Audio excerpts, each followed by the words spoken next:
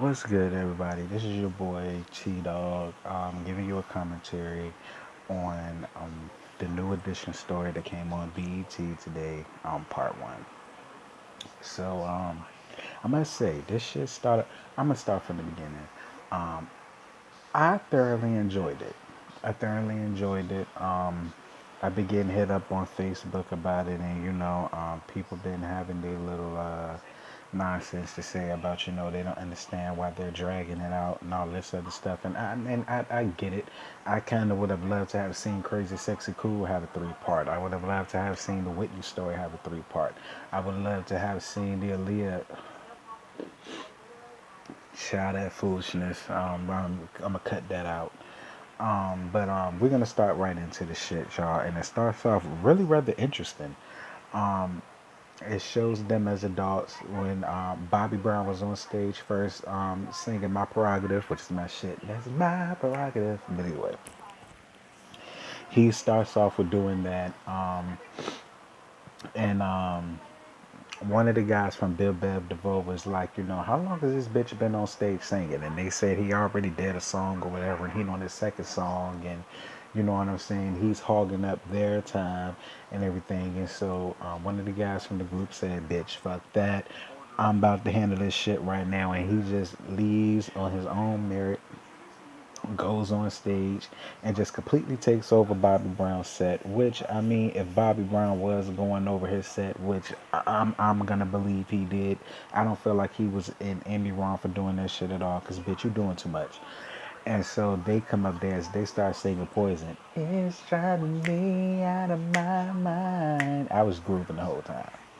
So Bobby Brown gets pissed, highly upset. He storms off. This bitch gonna go and try to grab a goddamn one of the fire hose in case of an emergency fire hose thing, and really tried to rain on their parade, literally. But the shit didn't go down that way. So he just said, bitch, fucking, I'm gonna take it in my own hands. He goes on stage, a fight breaks out, and a gunshot rings. And before we could see who got hit, it rewind back to the mid to late 70s when they were just kids. And,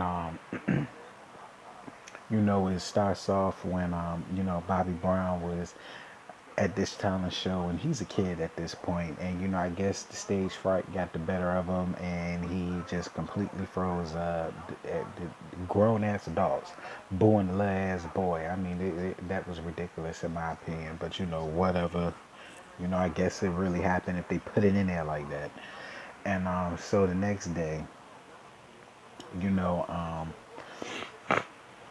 excuse me, two of the guys from the group met up with Bobby, and and Bobby was letting them know, I did this talent show, and Bobby Brown lying ass, he was lying since he was a kid, trying to hype himself up like he did such a good job, and the audience was on his side, and yeah, the bitches was throwing their drawers at me like, I had my shit together, bitch. Your ass should have been there.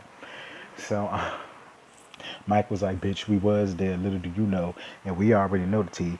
Your ass got booed the fuck off the stage because you couldn't even get your shit together. You got stage fright, and we almost got into a fight with an older ass kid behind you, bitch. Don't lie to us.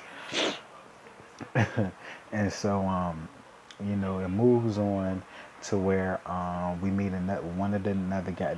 I'm sorry, y'all. I don't know everybody's names like that on New Edition. I love New Edition, but I ain't love them to the point where I knew their name like that. I know the people, Mike Bivens and Bobby Brown, Ricky,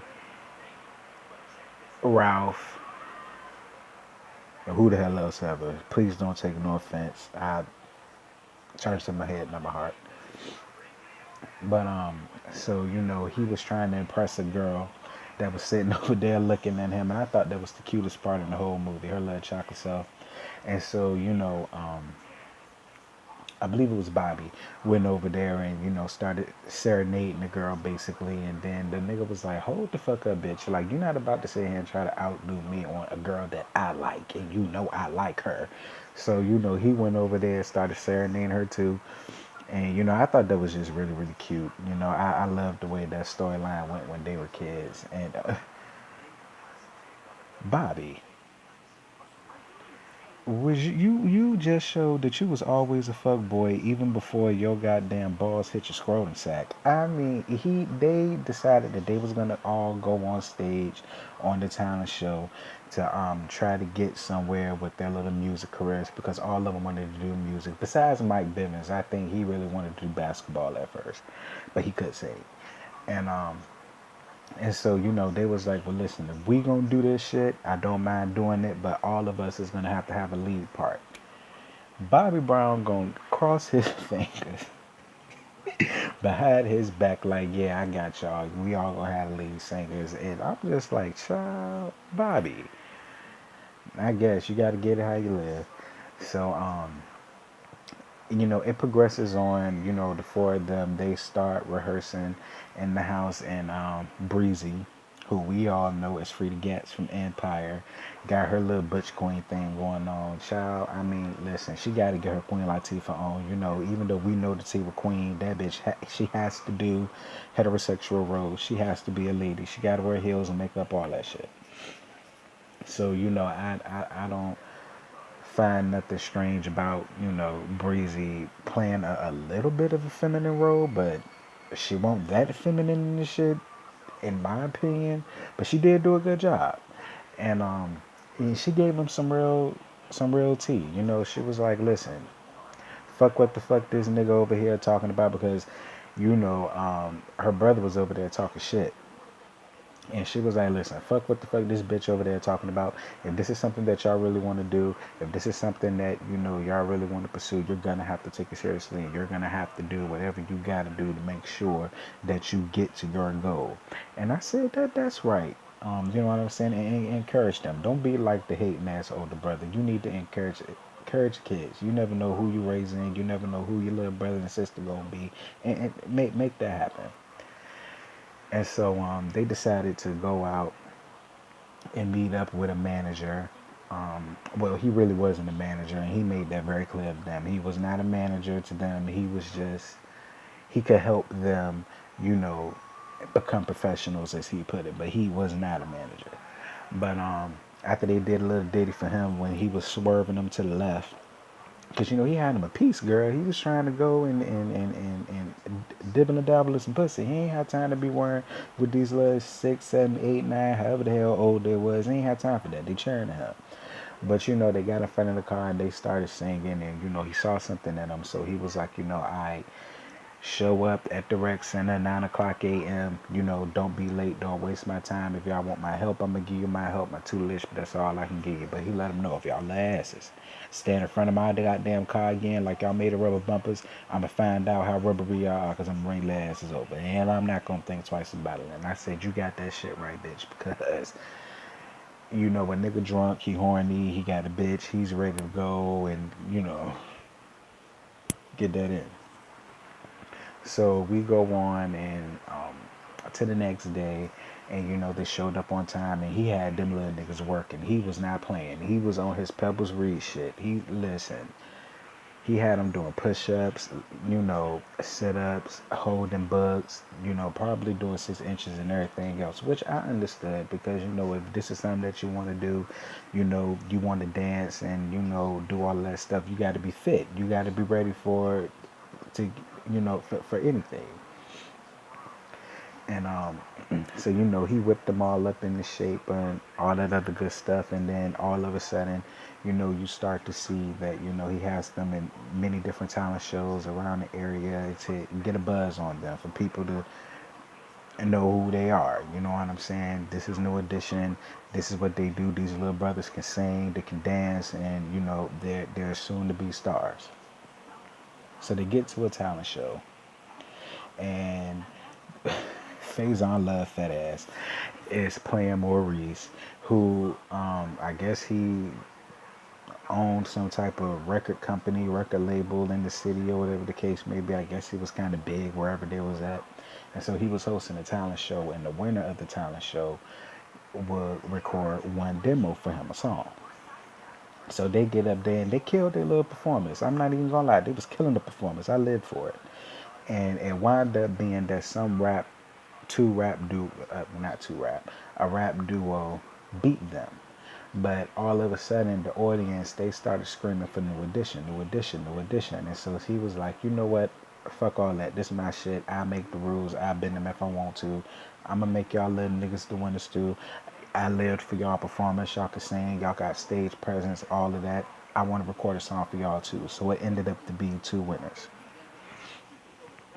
So then it moves on to the parents.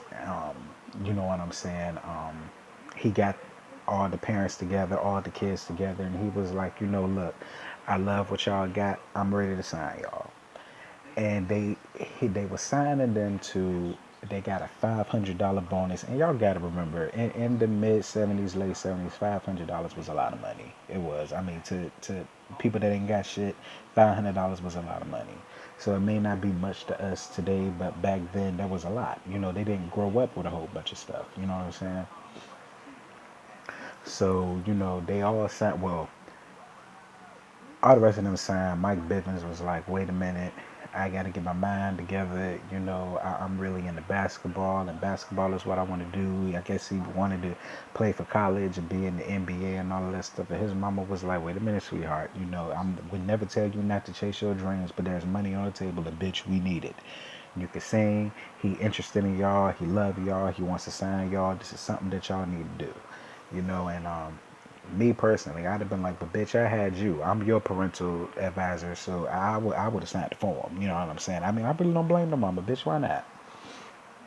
So, you know, they signed the little contracts without I don't understand why these people sign contracts without reading the fine print. I learned that at an early age. Anytime you get a contract in front of your face, you're supposed to read that bitch from cover to cover. And then you make your decisions on whether or not you want to sign. I don't care what they're offering you. I don't care how bad you have the bitch. You could be signing your soul off to the devil for all you know, and plus 2 kidneys. You don't know what you're signing.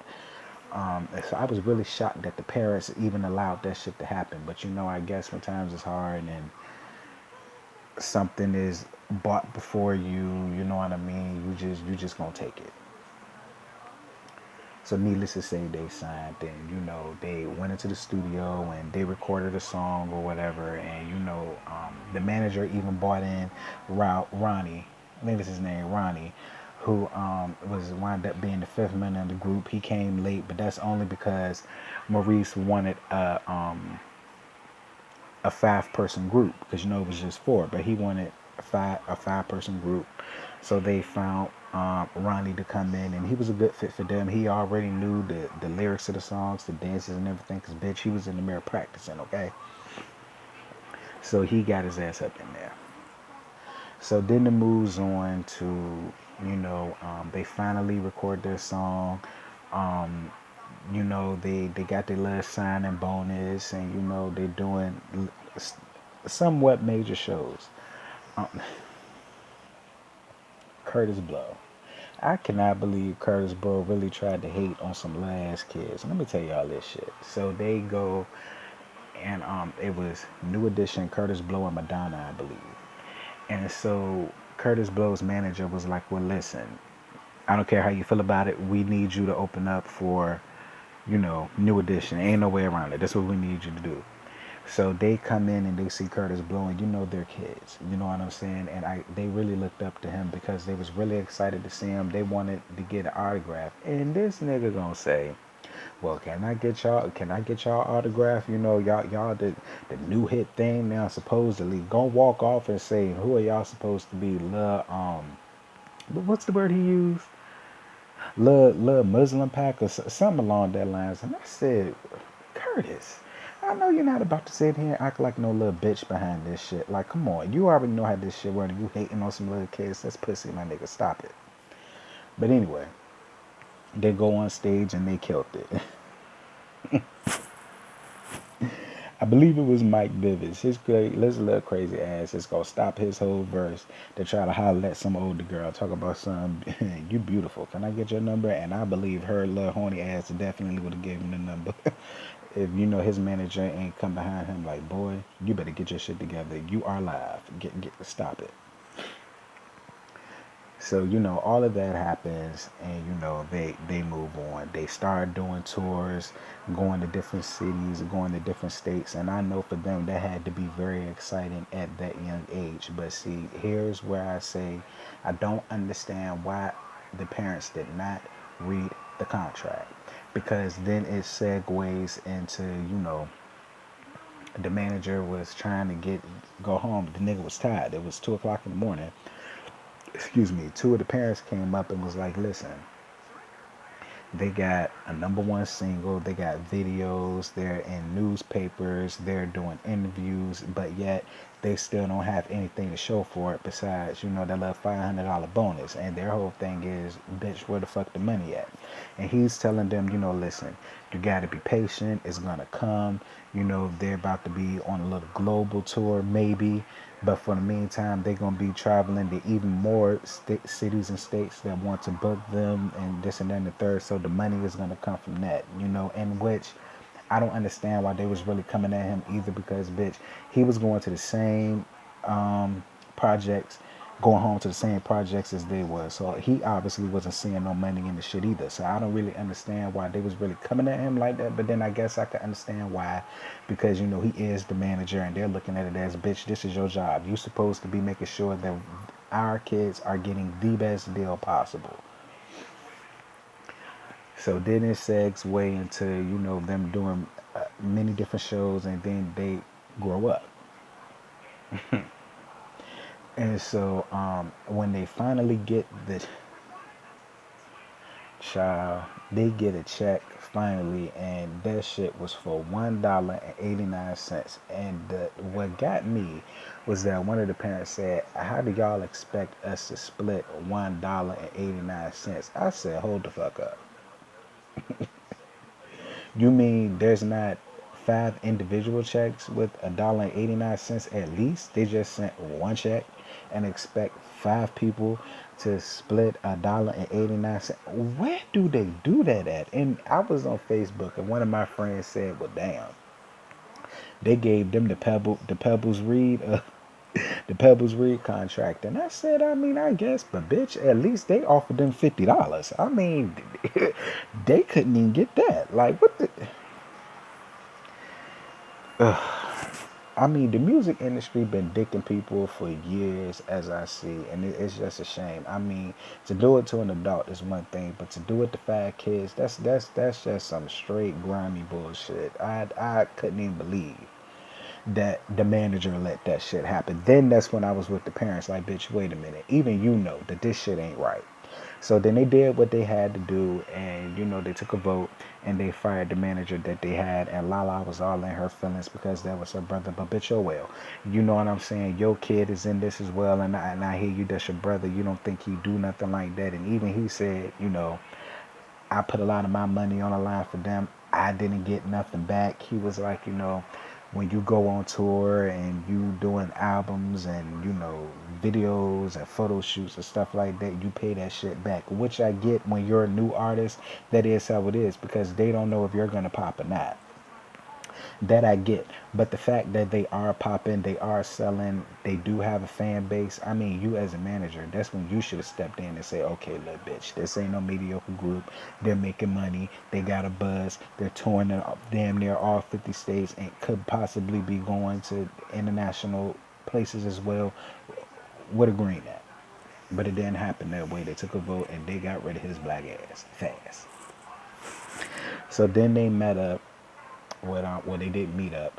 I guess they found a new guy, a white guy. His name is Gary, and he winds up becoming their new manager. And so Gary takes them on a flight to Los Angeles, where they go to MCA Records, where they get to meet, I guess, a producer and I guess the owner of the place, or whatever the case may be, or the head producer. I don't know who the hell he was supposed to be, child. And they get there and they act like they ain't never been nowhere before. And I guess they haven't when you've coming from the projects to, a big fancy bougie office, and it's nice shit all over the place. And child, Bobby Brown just sat there, jumped all up in the chair, made himself comfortable. One of the niggas trying to play with the little statue's titties. I'm like, child, what type of shit they got going on? So then he's like, hey, y'all need to act professional. Like, I understand this y'all first time being here and this minute there, but they're expecting y'all to act professional. I understand y'all young, but act professional. Y'all want a record deal from them. They don't need you, you need them. So you need to act professional and you need to come correct. So he's like, when y'all go in there, I want y'all to smile and have good energy. And, I want y'all to go in there. I want y'all to sing and dance to Candy Girl. They was like, Candy Girl. Bitch, ain't nobody trying to dance to no motherfucking Candy Girl. That was cute when we was back at elementary school. But, bitch, they are older now. They got to be about high schoolish or at least about to graduate. They won't know that. So they walk into the place and they was singing Popcorn Love. And I said, okay, bitch. I mean, they was grooving with it. I'd have been the one sitting there at the water fountain like, who the fuck is that bitch? They is giving me my life right now. They killed it in my opinion. They did what the man asked them to do.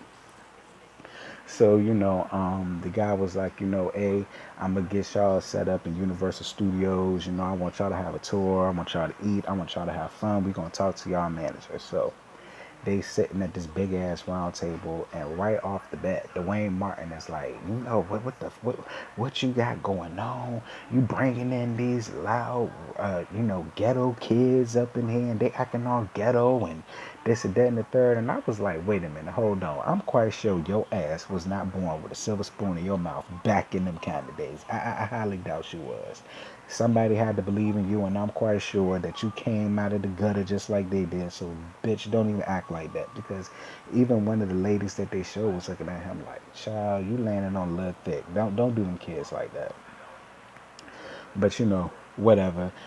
He was willing to give him a chance because at the end of the day, they was selling, they was popping, they did have a fan base, and everybody loved them. I mean, he went for the money, but he had to let them know, look, you need to control them little rugrats. They need to start having some image consulting classes or something because they can't come in here acting like that.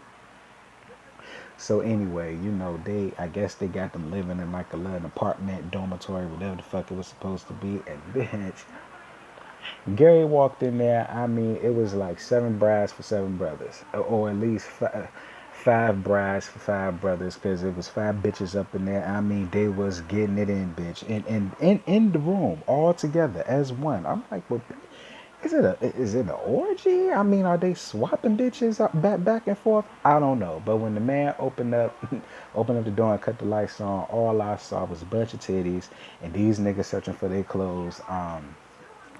Bobby Brown was completely fucking naked with his freaky ass. I won't surprise that. And all that crazy shit. But I mean, they kids. They was having fun. You know what I'm saying? They was teenagers. I mean, that's what you're supposed to do. Experience and enjoy life. So they get to the studio, and automatically they're already hating because Ronnie, I believe it was getting a lot of the lead vocals. And so, Bobby, being Bobby, he was the main one about to start a whole revolt going on around here. Like, well, look, bitch, we finna leave and we finna go meet up some bitches. Since they don't need us to sing a lead, fine, let the superstar handle it. And them niggas left. So, he's still in the booth and he laying down his vocals. He's doing what he's supposed to do. And so, he leaves and he's talking to the bodyguard and he was telling the bodyguard about, the girl, I guess the same girl from the very beginning of the movie, the little girl that he really liked or whatever. I guess that's who he was referring to when he was talking about, he wanted to send for her to come up there to see him and all that good stuff. And so, the man was like, he understood, you know what I'm saying, young love or whatever. So he was like, yeah, absolutely, go for it. If you feel like you can do it, do it. Giving him great advice. And so then, he goes in. There's even more bitches in there, but this time they won't fucking. They was they was sitting down, playing spades. Then I ate all this shit. I mean, ate ain't buy him a motherfucking thing, but I mean, when you bitter and you mad, you do little petty shit. But he ain't think nothing about it. It was what it was, and it is what it is. You know what I'm saying? But let's see what else happened. Um, I guess that was pretty much it that went on. I mean, it's the first part. It's the humble beginnings. I'm quite sure tomorrow and Thursday they're really gonna go in, especially tomorrow. I'm quite sure, 'cause from what I saw, a lot of shit is gonna hit the fan. Their asses still ain't got paid what they were supposed to have, which again, that's the parents' fault. Y'all as adults should have known better than that. But that's it for the commentary, you guys. I'm tired as hell. I gotta get up for work in the morning.